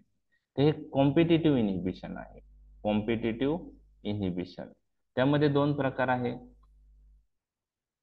रिव्हर्सिबल आणि इरिव्हर्सिबल. जे रिव्हर्सिबल इन्हिबिटर्स आहेत, ओके, जे रिव्हर्सिबल इन्हिबिटर आहे ते एन्झाईमला बाइंड होतील आणि एन्झाईमला इन्हिबिट करतील, बरोबर आहे, एन्झाईमला इन्हिबिट करतील. परंतु काही वेळाने त्या एन्झाईम पासून ते रिलीज होतील. त्यामुळे परत ऍसिटिल कोलिनचं मेटाबॉलिझम स्टार्ट व्हायला चालू होईल. इरिव्हर्सिबल इन्हिबिटर जे असतात ते कोलिनिस्टरेज एन्झाईमला कोव्हॅलंट बॉन्डने बाइंड होतात, त्यामुळे तिथून ते रिलीज होत नाही. त्यामुळे ऍसिटिल कोलिनचं मेटाबॉलिझम हे इरिव्हर्सिबली इनहिबिट होतं. नवीन कोलिनेस्टरेज एन्झाईम तयार झाला नंतर तो कोलिनेस्टरेज एन्झाईम ऍसिटिल कोलिनचं मेटाबॉलिझम करेल. जो ब्लॉक झालेला आहे तो इरिव्हर्सिबली ब्लॉक होतो आणि त्याच्यामुळं तो परत परत ऍसिटिल कोलिनच्या मेटाबॉलिझमसाठी वापरला जात नाही. तर कॉम्पिटिटिव्ह इनिबिशन हे दोन प्रकारचं आहे. कोणतं? रिव्हर्सिबल आणि इरिव्हर्सिबल. लक्षात आलंय तुमच्या? Yes sir. आता याच्यामध्ये अजून एक पॉइंट मी तुमच्या डिस्कस करणार आहे, तो तुम्हाला लक्षात ठेवायचा आहे. कार्बामेट आणि ऑर्गॅनोफॉस्फेट कंपाऊंडच्या बाइंडिंग विषयी.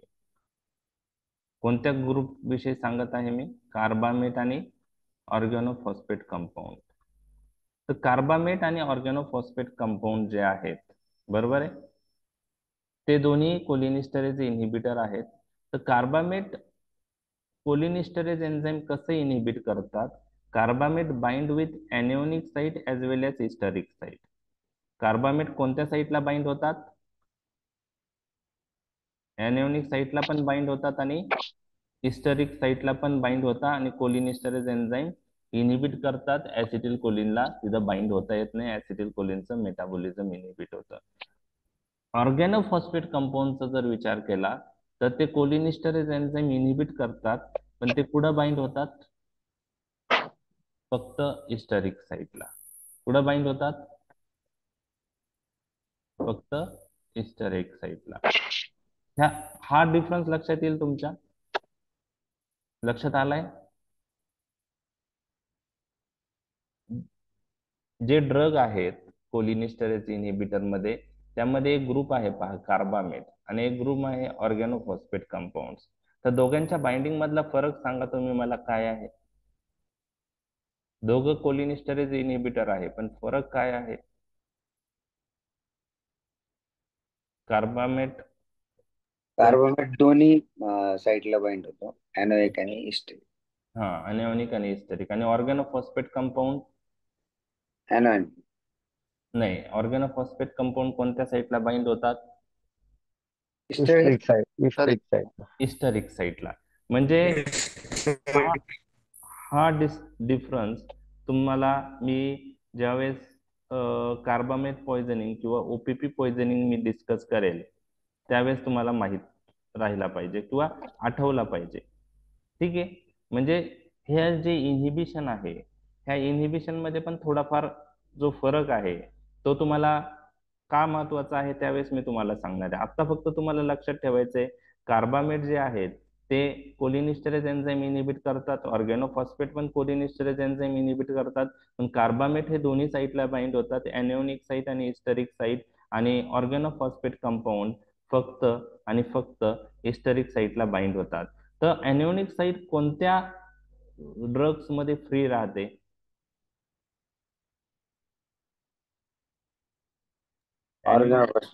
ऑर्गॅनोफॉस्फेट मध्ये ऑर्गॅनोफॉस्फेट मध्ये प्रेझेंट. ओके, ते तुम्हाला लक्षात ठेवायचं आहे. ओके, ते तुम्हाला लक्षात ठेवायचं आहे.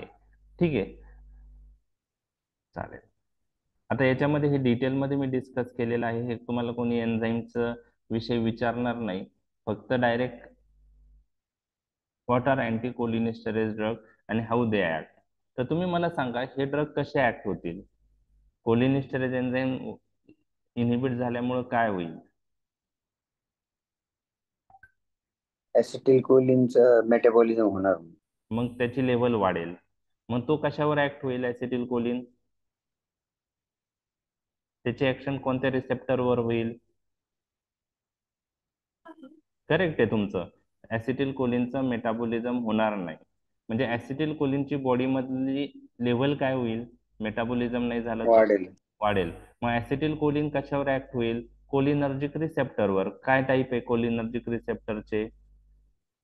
दोन टाईप कोणते कोलिनर्जिक रिसेप्टरचे आपण पाहिलेत ना? ऍनिओनिक आणि आणि हिस्टरिक. नाही नाही, कोलिनिस्टरेज एन्झाईमचे नाही, कोलिनर्जिक रिसेप्टर कोणते आहेत? कोलिनर्जिक मस्क्युरेनिक आणि निकोटिनिक. म्हणजे तुम्हाला काय लिहायचं आहे?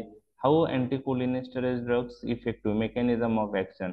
Anticholinesterase drugs inhibit metabolism of acetylcholine by inhibiting cholinesterase enzyme. Level of acetylcholine in the body increase. That acetylcholine acts on muscarinic and nicotinic receptor and responsible for the pharmacological effect. And this action is indirect. That's why these drugs are not directly acting on muscarinic and nicotinic receptor. Here, drugs increases level of action of increases level of acetylcholine. That acetylcholine acts on the muscarinic and nicotinic receptor. That's why these are called as indirectly acting parasympathomimetic drug. लक्षात आलं? म्हणजे 3 पॉइंटच लक्षात ठेवायचे. These drugs inhibit cholinesterase enzyme. Metabolism of acetylcholine is inhibited.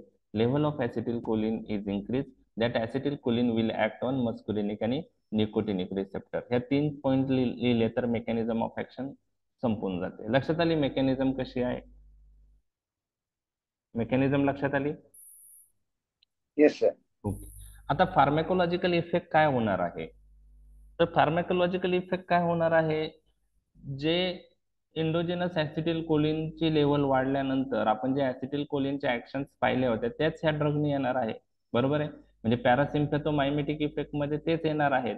Heart किंवा smooth muscle glands अँटीकोलिनिस्टरेजच्या action ह्या cholinergic agonist सारख्याच्या फक्त ते वेगळ्या मेकॅनिझमने ऍक्ट होतात. Cholinergic agonist directly muscarinic nicotinic रिसेप्टरवर ऍक्ट होतात आणि अँटीकोलिनिस्टरेज ड्रग स्वतः जाऊन ऍक्ट होत नाही. ते म्हणतात ऍसिटिलकोलिनला जाऊन ते ऍक्ट करायला लावतात ऍसिटिलकोलिनची लेवल वाढून.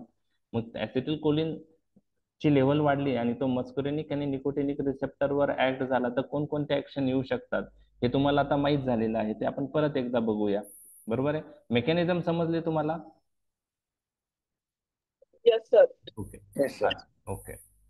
आता काही अँटीकोलिनिस्टरेज ड्रग रिव्हर्सिबल इनिबिटर आहे, काही इरिव्हर्सिबल इनिबिटर आहे.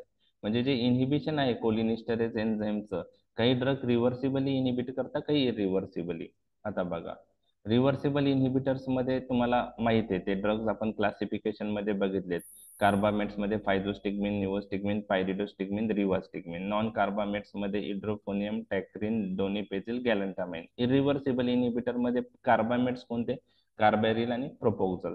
आणि ऑर्गॅनोफॉस्फेट कंपाऊंड्स मध्ये डायफ्लोज, इकोथायोफोएट, मेलॅथिओन, डायझिनॉन, टॅबून, सारिन, सोमन हे नर्व गॅस क्लासिफिकेशन मध्ये हा पार्ट आलेला आहे.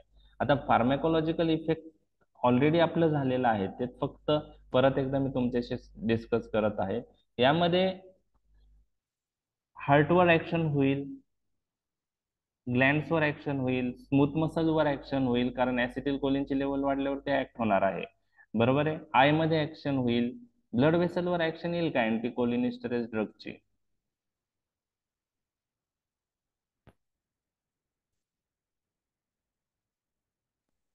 हे ब्लड वेसलच्या आतमध्ये कुठले तरी रिसेप्टर आहेत ना, येईल ना ऍक्शन? नाही. ब्लड वेसलवर रिसेप्टर ब्लड वेसलवर काही ऍक्शन नाहीये. ब्लड वेसलवर रिसेप्टर आहेत, पण अँटीकोलिनिस्टरेज ड्रग रिसेप्टरवर जाऊन ऍक्ट होत आहेत का? नाही. नाही. एंडोजेनस ते ऍसिटिलकोलिनची लेवल वाढवतात आणि तो ऍसिटिलकोलिन एंडोजेनस ऍसिटिलकोलिनची लेवल वाढून तो ऍसिटिलकोलिन रिसेप्टरवर ऍक्ट होणार आहे. तर कोलिनर्जिक अगोनिस्टचा जर विचार केला, बरोबर आहे, कोलिनर्जिक अगोनिस्ट जे आपण आधी डिस्कस केलेला ग्रुप आहे त्या ग्रुप मधले ड्रग बाहेरून ते ड्रग दिल्यानंतर cholinergic agonist direct muscarinic रिसेप्टरवर act होत होते. मग ब्लड वेसलचे जे रिसेप्टर आहे मस्कुरेनिक आणि निकोटिनिक त्यावर कोलिनर्जिक अगोनिस्टची ऍक्शन होते. पण अँटीकोलिनिस्टरेज ड्रग काय करतात? आपल्या बॉडी मधली ऍसिटिलकोलिनची लेवल वाढवतात. मग जिथं जिथं ऍसिटिलकोलिन रिलीज होतो तिथलीच ऍक्शन ते वाढवणार आहे. ब्लड वेसलला पॅरासिम्पॅथेटिक सप्लाय नाहीये. म्हणजे अँटीकोलिनिस्टरेज ड्रग देऊन ऍसिटिलकोलिनची लेवल वाढते. तर जिथं जिथं पॅरासिम्पॅथेटिक सप्लाय आहेत आपल्या बॉडीमध्ये ज्या ज्या ऑर्गन्सला, तिथली ऍसिटिलकोलिनची लेवल वाढणार आहे आणि ते ऍसिटिलकोलिन मस्कुरेनिक निकोटिनिक रिसेप्टरवर ऍक्ट होणार आहे.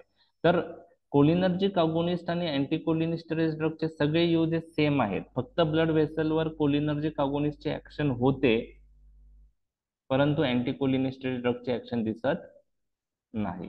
मग हार्टवर पण यांची ऍक्शन सेमच आहे. आता पहा, फार्मॅकोलॉजिकल ऍक्शन मध्ये हार्टवर काय ऍक्शन असेल ऍसिटिलकोलिनची लेवल वाढली तर? Bradycardia. Bradycardia, decrease AV conduction, decrease contraction of heart, negative, त्याला आपण inotropic, dromotropic, chronotropic. Chronotropic effect. संपलं. ब्लड वेसलवर नो ऍक्शन तुम्हाला लिहावं लागेल, बरोबर आहे. ओके. त्यानंतर smooth muscle contraction and sphincter relaxation, बरोबर आहे. ऍसिटिल कोलिन वाढलं तर smooth muscle contraction, sphincter relaxation. मग जीआयटी स्मूथ मसल्स, ब्लॅडरचे स्मूथ मसल्स कॉन्ट्रॅक्ट होतात, स्पिंक्टर रिलॅक्स होतात. ब्रोंकाय स्मूथ मसल कॉन्ट्रॅक्ट होता, अस्थमा प्रेसिपिटेट होऊ शकतो. तर ह्या गोष्टी आपण पाहिलेल्या आहे. ग्लँड्सवर काय ऍक्शन येणार आहे? सिक्रिशन इंक्रीज होणार, Secretion increase. Salivation, lacrimation, sweating, tracheobronchial secretion आणि गॅस्ट्रिक सिक्रेशन वाढणार आहे. आणि आय मध्ये काय होणार आहे? Miosis, okay, Meiosis. Spasm of accommodation, decrease intraocular pressure, okay, increase aqueous humour drainage आणि डिक्रीज इंट्राओक्युलर प्रेशर. तर ज्या ऍक्शन आपण कोलिनर्जिक अगोनिस्टच्या पाहिल्यात त्याच ऍक्शन अँटीकोलिनर्जिक ड्रगच्या येणार आहेत, फक्त हे वेगळ्या पद्धतीने ऍक्ट होतात. फरक कोणता आहे? कोलिनर्जिक अगोनिस्ट ब्लड वेसलवर डायरेक्टली ऍक्ट होऊ शकतात. अँटीकोलिनिस्टरेज ड्रग ऍसिटिल कोलिनचे लेवल वाढवतील, पण ब्लड वेसलला तिथं ऍसिटिल कोलिन रिलीजच होत नाही, पॅरासिम्पॅथेटिक सप्लाय नाही, त्यामुळे ब्लड वेसलवर अँटीकोलिनिस्टरेज ड्रगची ऍज सच ऍक्शन नाहीये. लक्षात आलं? तर मी तेच दिलेलं आहे. Okay. Actions are similar to cholinergic agonistic drug, exception काय? Blood vessel. तर त्याच ऍक्शन इथं सांगितलेलं पहा. ठीक आहे. आता स्केलेटल मसलवर काय ऍक्शन होईल?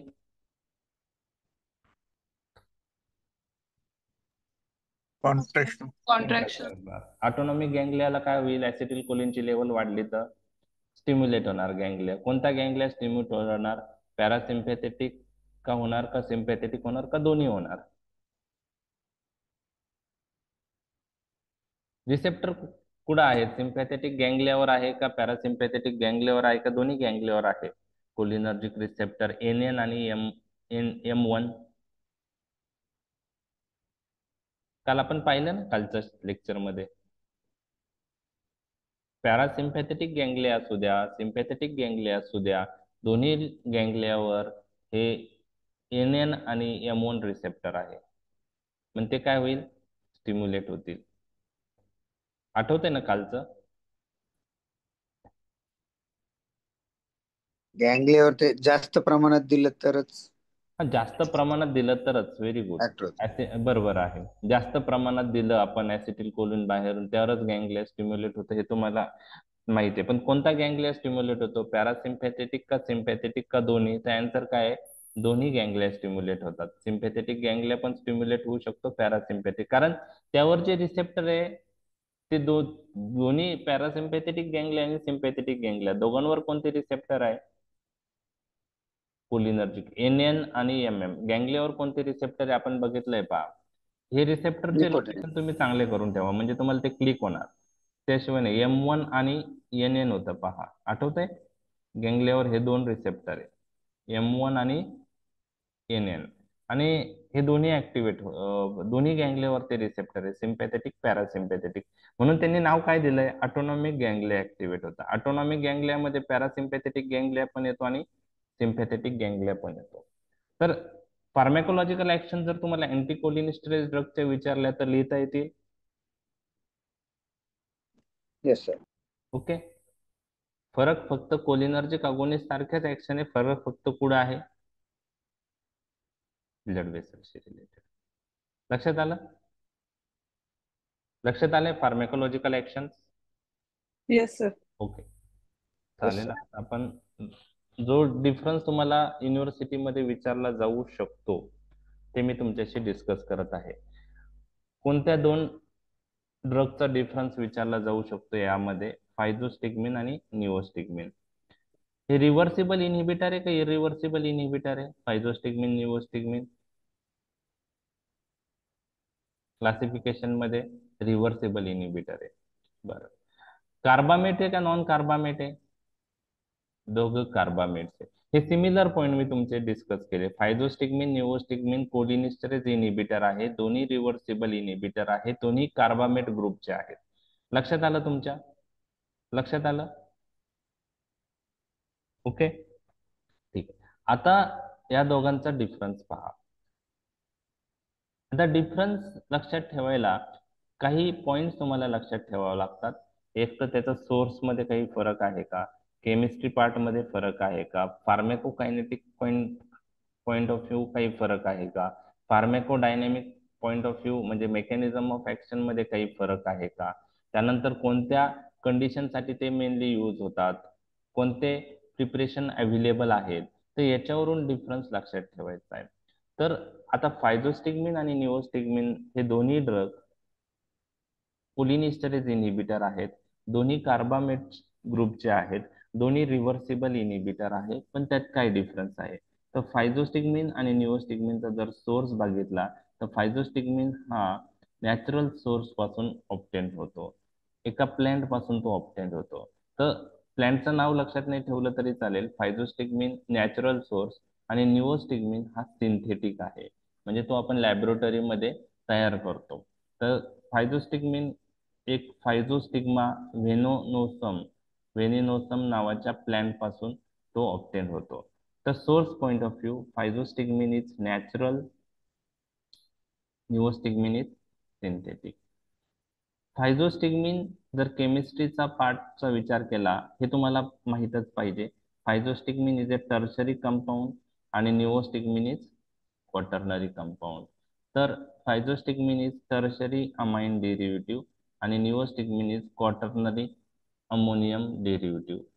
किंवा थोडक्यात physostigmine is tertiary compound, neostigmine is quaternary compound. हे दोन वर्ड आले पाहिजे, टर्शरी आणि क्वाटर्नरी.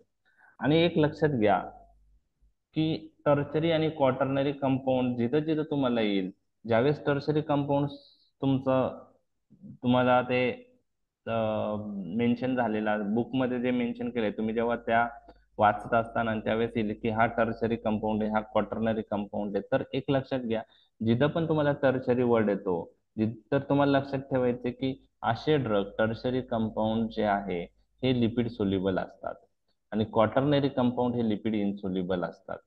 ओके, बरोबर आहे. टर्शरी कंपाऊंड हे काय असतात, लिपिड सोल्युबल. क्वाटर्नरी काय असतात, लिपिड इनसोल्युबल. ओके, मग तुम्ही मला सांगा पॅसिव्ह डिफ्युजननी त्यापैकी कोणता substance easily biological membrane cross करेल? फायझोस्टिग्मिन. फायझोस्टिग्मिन. तो टर्शरी कंपाऊंड आहे, लिपिड सोल्युबल आहे. क्वाटर्नरी लिपिड इनसोल्युबल असतात, बरोबर आहे. मग ते येस. पॅसिव्ह डिफ्युजननी क्रॉस होईल का निओस्टिग्मिन नाही. व्यवस्थित? नाही. नाही. लक्षात घ्या. मग त्याच्यावरून तीन डिफरन्स तुमचे फार्मेकोकायनेटिक्सचे लक्षात ठेवायचे. ओरल ऍब्सॉर्प्शन कोणाचं चांगलं आहे, कॉर्निया कोण पेनिट्रेट करतो, ब्लड ब्रेन बॅरियर कोण क्रॉस करतो. तर तिन्ही मध्ये आन्सर कोणतं येईल, जे लिपिड सोल्युबल आहे ते चांगलं क्रॉस करणार आहे? फायझोस्टिग्मिन. फायझोस्टिग्मिन. पहा, म्हणजे ह्या टर्शरी आणि क्वाटर्नरी ह्या वर्डवरून आपल्याला नेक्स्ट तीन डिफरन्स लक्षात ठेवायचे आहे. कोणतं? ओरल ऍब्सॉर्प्शन चांगलं कोणाचं असेल? फायझोस्टिग्मिन, कारण it's a tertiary compound, lipid soluble. निओस्टिग्मिनचं ओरल ऍब्सॉर्प्शन पुअर आहे, बरोबर आहे. ठीक आहे. ब्लड ब्रेन बॅरियर कोण क्रॉस करेल? लिपिड सोल्युबल ड्रग करू शकता का लिपिड इनसोल्युबल पॅसिव्ह डिफ्युजननी? Lipid soluble. मग फायझोस्टिग्मिन निओस्टिग्मिन मध्ये कोणता drug blood brain barrier cross करेल? फायझोस्टिग्मिन. मग सीएनएस ऍक्शन कोणाच्या प्रेझेंट असतील? फायझोस्टिग्मिन. निओस्टिग्मिनच्या ऍबसेंट असतील. टॉपिकली आपण फायझोस्टिग्मिन आणि निओस्टिग्मिन डोळ्यात टाकलं तर कोणता ड्रग कॉर्निया क्रॉस करेल? कॉर्निया क्रॉस करायला पॅसिव्ह जो लिपिड लिपिड सोल्युबल असेल पॅसिव्ह तोच डिफ्युजन जो करेल तोच. म्हणजेच फायझोस्टिग्मिन. मग पहा, तुम्हाला मी सांगितलं फायझोस्टिग्मिनचं टॉपिकल प्रिपरेशन अवेलेबल आहे, निओस्टिग्मिनचं नाहीये. मग आय रिलेटेड कंडिशन जर असेल तर दोघांमध्ये कोणता यूज केला पाहिजे आपल्याला? फायझोस्टिग्मिन. फायझोस्टिग्मिन. ग्लाउकोमा मध्ये पायलोकार्पिन बरोबर फायझोस्टिग्मिन कंबाईन होतो. लक्षात आलं का? येस. म्हणजे ह्या तीन पॉइंट्स तुम्हाला फार्मॅकोकायनेटिक्स पॉइंट ऑफ व्ह्यू लक्षात ठेवायचे. ओरल ऍब्सॉर्प्शन, सीएनएस ऍक्शन किंवा ब्लड ब्रेन बॅरियर कोण क्रॉस करतं, बरोबर आहे. काही बुक्स मध्ये ब्लड ब्रेन बॅरियर क्रॉस करतं नाही करत असं दिलंय, काही बुक्स मध्ये दुसऱ्या भाषेत सीएनएस ऍक्शन प्रेझेंट ऍबसेंट दिलंय. तर ते आणि आय मध्ये कोण पेनिट्रेट करतं कॉर्निया. तर फायझोस्टिग्मिनचं ओरल ऍब्सॉर्प्शन चांगलं आहे. Physostigmine crosses blood brain barrier produce CNS action. Physostigmine when we use topically penetrate cornea and produce action. Neostigmine poor oral absorption, does not cross blood brain barrier, so CNS effect is absent and poor penetration in the eye, किंवा आपण म्हणू शकतो does not penetrate cornea असं म्हटलं तरी चालू शकतं. हे 3 डिफरन्स लक्षात आले का तुमच्या Yes, sir. आत्ताचे? ओके, ठीक आहे. आता दोघांची मेकॅनिझम काय आहे, कसे ऍक्ट होतात ते?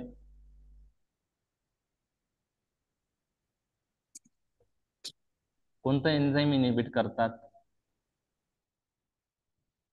Cholinesterase. कोलिनेस्टरेज एन्झाईम इनिबिट करतात. Very good. बर, म्हणजे मेकॅनिझम मध्ये काही डिफरन्स आहे का त्यांच्या? नाही, दोन्ही कोलिनेस्टरेज एन्झाईम इनिबिट करतात. दोन्ही कार्बामेट आहे, मग दोघं ऍनिओनिक आणि हिस्टरिक साईटला बाइंड होणार आहे. तुम्हाला मी सांगितलं कार्बामेट दोन्ही साईटला बाइंड होतात. परंतु हे तर झालं, म्हणजे ही कोणती डायरेक्ट ऍक्शन आहे, डायरेक्ट आहे का इनडायरेक्ट ऍक्शन आहे? की जे कोलिनेस्टरेज एन्झाईम इनिबिट करून ऍसिटिल कोलिनची लेवल वाढते, ऍसिटिल कोलिन मस्कुरेनिक आणि निकोटिनिक रिसेप्टरवर ऍक्ट होतात. इनडायरेक्ट. Indirect action. Indirect. मग दोघांना इनडायरेक्ट ऍक्शन आहे. पण फार्मॅकोडायनॅमिक पॉईंट ऑफ व्ह्यू एक डिफरन्स तुम्हाला लक्षात ठेवायचा आहे. ऍडिशनल ऍक्शन आहे निओस्टिग्मिनची, की निओस्टिग्मिन आणि फायझोस्टिग्मिन दोन्ही कोलिनेस्टरेज इनिबिटर आहे, दोन्ही इनडायरेक्टली ऍक्टिंग पॅरासिम्पॅथोमायमेटिक ड्रग आहे. पण निओस्टिग्मिनला ऍडिशनल डायरेक्ट ऍक्शन आहे. आणि कोणत्या रिसेप्टरवर आहे ती? सगळ्याच रिसेप्टरवर नाहीये. कोणत्या रिसेप्टरवर आहे? एनएम. एनएम रिसेप्टर कोणत्या रिसेप्टरचे टाईप आहे? निकोटिनिक. निकोटिनिक रिसेप्टर मध्ये एनएम रिसेप्टरवर निओस्टिग्मिनला डायरेक्ट ऍक्शन पण आहे अगोनिस्टिक. ही ऍडिशनल ऍक्शन झाली निओस्टिग्मिनची. लक्षात आलं? ऍडिशनल ऍक्शन झाली. त्यांना निओस्टिग्मिन फायझोस्टिग्मिनला एक ऍक्शन तर सेम आहे, इनडायरेक्ट ऍक्शन कोलिनेस्टरेज एन्झाईम इनिबिशन. पण फायझोस्टिग्मिन आणि निओस्टिग्मिन पैकी कोणता ड्रग ऍडिशनल ऍक्शन ज्याची एनएम रिसेप्टरवर अगोनिस्टिक म्हणून आहे, ती कोणता ड्रग आहे फायझोस्टिग्मिन आणि निओस्टिग्मिन पैकी? त्याचा आन्सर काय? निओस्टिग्मिन. काय ऍक्शन आन्सर आहे? निओस्टिग्मिन. निओस्टिग्मिनला ऍडिशनल एनएम रिसेप्टरवर अगोनिस्टिक ऍक्शन आहे. हा फार्माकोडायनॅमिक डिफरन्स लक्षात ठेवायचा आहे. त्याचं इम्पॉर्टन्स काय मी तुम्हाला सांगणार आहे. बर, आता हे ड्रग ऍसिटिल कोलिनचे लेवल वाढवून कोणत्या रिसेप्टरवर ऍक्ट होणार आहे? मस्कुरेनिक आणि निकोटिनिक रिसेप्टरवर. बरोबर आहे.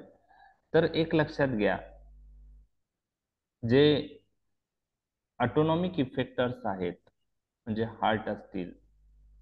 हार्ट असेल, स्मूथ मसल्स असतील, ग्लँड्स असतील, याच्यावर फायझोस्टिग्मिनचे ऍक्शन जास्त प्रॉमिनंट आहे. जिथं मस्कुरेनिक इफेक्ट्स येतात तिथं फायझोस्टिग्मिनचे ऍक्शन जास्त आहे. आणि स्केलेटल मसलवर निओस्टिग्मिनचे ऍक्शन प्रॉमिनंट आहे. का प्रॉमिनंट आहे निओस्टिग्मिनचे ऍक्शन? की निओस्टिग्मिनला ऍडिशनल कोणती ऍक्शन आहे? एनएम रिसेप्टरवर अगोनिस्ट. आवाज येतोय ना माझा? हो Yes, हो, sir. येतोय. तर हा डिफरन्स जो आहे, हा डिफरन्स मध्ये तुम्हाला लक्षात ठेवायचंय की स्केलेटल मसलवर प्रॉमिनंट दोघांपैकी कोणत्या ड्रगची ऍक्शन आहे, आणि बाकी ऑटोनॉमिक इफेक्टर्स म्हणजे हार्ट, स्मूथ मसल, त्याच्यावर कोणत्या ड्रगचे ऍक्शन प्रॉमिनंट आहे. तर निओस्टिग्मिनच्या ऍक्शनला तुम्हाला मी सांगितलं की त्याला ऍडिशनल एनएम रिसेप्टर अगोनिस्टिक ऍक्शन पण आहे. एनएम रिसेप्टर हे स्केलेटल मसलवर असतात. तर मग 13 मिनिटला 14 फायझोस्टिग्मिन आणि निओस्टिग्मिन मध्ये डबलच. ऍडिशनल ऍक्शन निओस्टिग्मिनला आहे स्केलेटल मसलवर. 10 किलोमीटर पळायचं स्टॅमिना आहे, तर मी 5-7 मध्येच थकत होतो. एक मिनिट. निओस्टिग्मिनला ऍडिशनल स्केलेटल मसल कॉन्ट्रॅक्शन जी आहे डायरेक्ट ऍक्शन मुळे प्रॉमिनंट इफेक्ट निओस्टिग्मिनचा स्केलेटल मसलवर आहे. लक्षात आलं का ते फायझोस्टिग्मिन आणि निओस्टिग्मिन मधला डिफरन्स? ओके. आता use point of view physostigmine topically आपण यूज करतो, म्हणून इम्पॉर्टंट यूज त्याचा मिओटिक पॉइंट ऑफ व्ह्यू आहे, ग्लाउकोमा मध्ये आपण यूज करतो. आणि निओस्टिग्मिनला स्केलेटल मसल वर जास्त प्रॉमिनंट ऍक्शन असल्यामुळं त्या दोघांमध्ये मायस्थेनिया ग्रेव्हिस साठी आपण निओस्टिग्मिन प्रेफर करतो. तर drug of choice for myasthenia gravis out of physostigmine आणि निओस्टिग्मिन असं विचारलं तर तुम्हाला आन्सर काय पाहिजे? तुमचं आन्सर काय पाहिजे? निओस्टिग्मिन पाहिजे. बरं, आता फायझोस्टिग्मिन उपयुक्त ठरू शकतो का मायस्थेनिया ग्रेव्हिस मध्ये? यस, ठरू शकतो. मायस्थेनिया ग्रेव्हिस मध्ये जो आजार आहे मायस्थेनिया ग्रेव्हिस, त्याच्यामध्ये आपल्याला स्केलेटल मसल रिलेटेड ऍक्शन पाहिजे, तर दोन्ही उपयुक्त असतील. पण निओस्टिग्मिन आपण का प्रेफर करतोय? कारण कारण की ते NM specific action on NM skeletal रिसेप्टरला ऍडिशनल ऍक्शन आहे. Additional action. प्लस अजून एक पॉइंट आहे, स्केलेटल मसल हे पेरिफेरली असतात. आपल्याला Cross ब्रेन मध्ये ऍक्शन पाहिजे का मायस्थेनिया ग्रेव्हिस मध्ये? नाही. नाही. मग फायझोस्टिग्मिन आणि निओस्टिग्मिन पैकी कोणता drug blood brain barrier cross करत नाही? निओस्टिग्मिन. म्हणजे सीएनएस ऍक्शन कोणाला नाही? निओस्टिग्मिनला. सीएनएस ऍडव्हर्स इफेक्ट कोणात कमी असतील? निओस्टिग्मिन. मग आपल्याला जिथं जिथं पेरिफेरल ऍक्शन पाहिजे तिथं आपण निओस्टिग्मिन देणार. जिथं आपल्याला सेंट्रल आणि पेरिफेरल दोन्ही इफेक्ट पाहिजे, कोलिनिस्टरेज इनहिबिटरचे, तिथं आपण काय प्रेफर करणार? फायझोस्टिग्मिन. फॉर एक्झाम्पल ऍट्रोपिन पॉइझनिंग किंवा बेलाडोना पॉइझनिंग, त्याला धतुरा पॉइझनिंग असं म्हणतात. तर यामध्ये फायझोस्टिग्मिन आणि निओस्टिग्मिन पैकी कोणता ड्रग ऑफ चॉईस म्हणून यूज? फायझोस्टिग्मिन. कारण इथं आपल्याला दोन्ही पण ऍक्शन येणार. दोन्ही ऍक्शन पाहिजेत, ज्या धतुरा किंवा ऍट्रोपिन ड्रग मुळे धतुरा पॉइझनिंग मध्ये किंवा ऍट्रोपिन पॉइझनिंग मध्ये जे सेंट्रल आणि पेरिफेरल इफेक्ट झाले ते रिव्हर्स करायचे आहेत. त्यामुळे तिथं फायझोस्टिग्मिन प्रेफर केला जातो. फक्त आपल्याला बाहेर पाहिजे ऍक्शन स्केलेटल मसल रिलेटेड, तर तिथं आपण निओस्टिग्मिन प्रेफर करतो. मायस्थेनिया ग्रेव्हिस मध्ये स्केलेटल मसल वर पाहिजे. तुम्हाला आता कोब्रा बाईट तुम्ही म्हणतात, तुम्हाला माहिती आहे तो यूज, तर त्यात फायझोस्टिग्मिन यूज करता का निओस्टिग्मिन? निओस्टिग्मिन का यूज करतो? स्केलेटल मसलचं कॉन्ट्रॅक्शन व्हावं. कॉन्ट्रॅक्ट. हो. बरोबर आहे. मग आता फायझोस्टिग्मिन तिथे यूज करत नाही, तो उपयुक्त आहे, तो पण स्केलेटल मसलचं कॉन्ट्रॅक्शन करणार आहे, पण तो ब्रेन मध्ये पण जातो, मग सीएनएस साईड इफेक्ट दिसणार आहे. आपल्याला फक्त स्पेसिफिक जिथं ऍक्शन पाहिजे ते ड्रग अवेलेबल असेल तर तो प्रेफर केला पाहिजे. आपल्याला साईड इफेक्ट पण प्रिव्हेंट करायचे. मग कोब्रा बाईट मध्ये निओस्टिग्मिन यूज करणार का फायझोस्टिग्मिन? आन्सर आहे निओस्टिग्मिन. जिथं आपल्याला स्केलेटल मसल रिलेटेड ऍक्शन्स हवेत ऍसिटिल कोलिनच्या, तिथं आपण निओस्टिग्मिन प्रेफर करायचं. लक्षात आलं? आता लास्ट 2 पॉइंट मी डिस्कस करतो आणि आपण थांबूया. ओके, आता डोसचा जर विचार केला, हा पॉइंट तुमच्या लक्षात राहणं पॉसिबल नाहीये डिफरन्स मध्ये. ओके, आय ड्रॉप्स आहे फायझोस्टिग्मिनचे 0.1 to 1% रेंज मध्ये आहे, आणि निओस्टिग्मिन आपण ओरली यूज करू शकतो 15 ते 30 मिलीग्राम, आणि इंट्रामस्क्युलर किंवा सबक्युटेनियसली 0.5 to 2.5 mg यूज करू शकतो. ड्युरेशन ऑफ ऍक्शनचा जर विचार केला तर सिस्टेमिक फायझोस्टिग्मिनची ऍक्शन 4 ते 6 तास राहते, निओस्टिग्मिनची 3 ते 4 तास राहते, म्हणजे निओस्टिग्मिनची ऍक्शन थोडी कमी आहे. आणि आय मध्ये फायझोस्टिग्मिनची ऍक्शन 6 ते 24 तास राहते. निओस्टिग्मिन आय मध्ये यूजच करत नाही, टॉपिकल प्रिपरेशन अवेलेबल नाहीये. तर हे डिफरन्सेस झाले.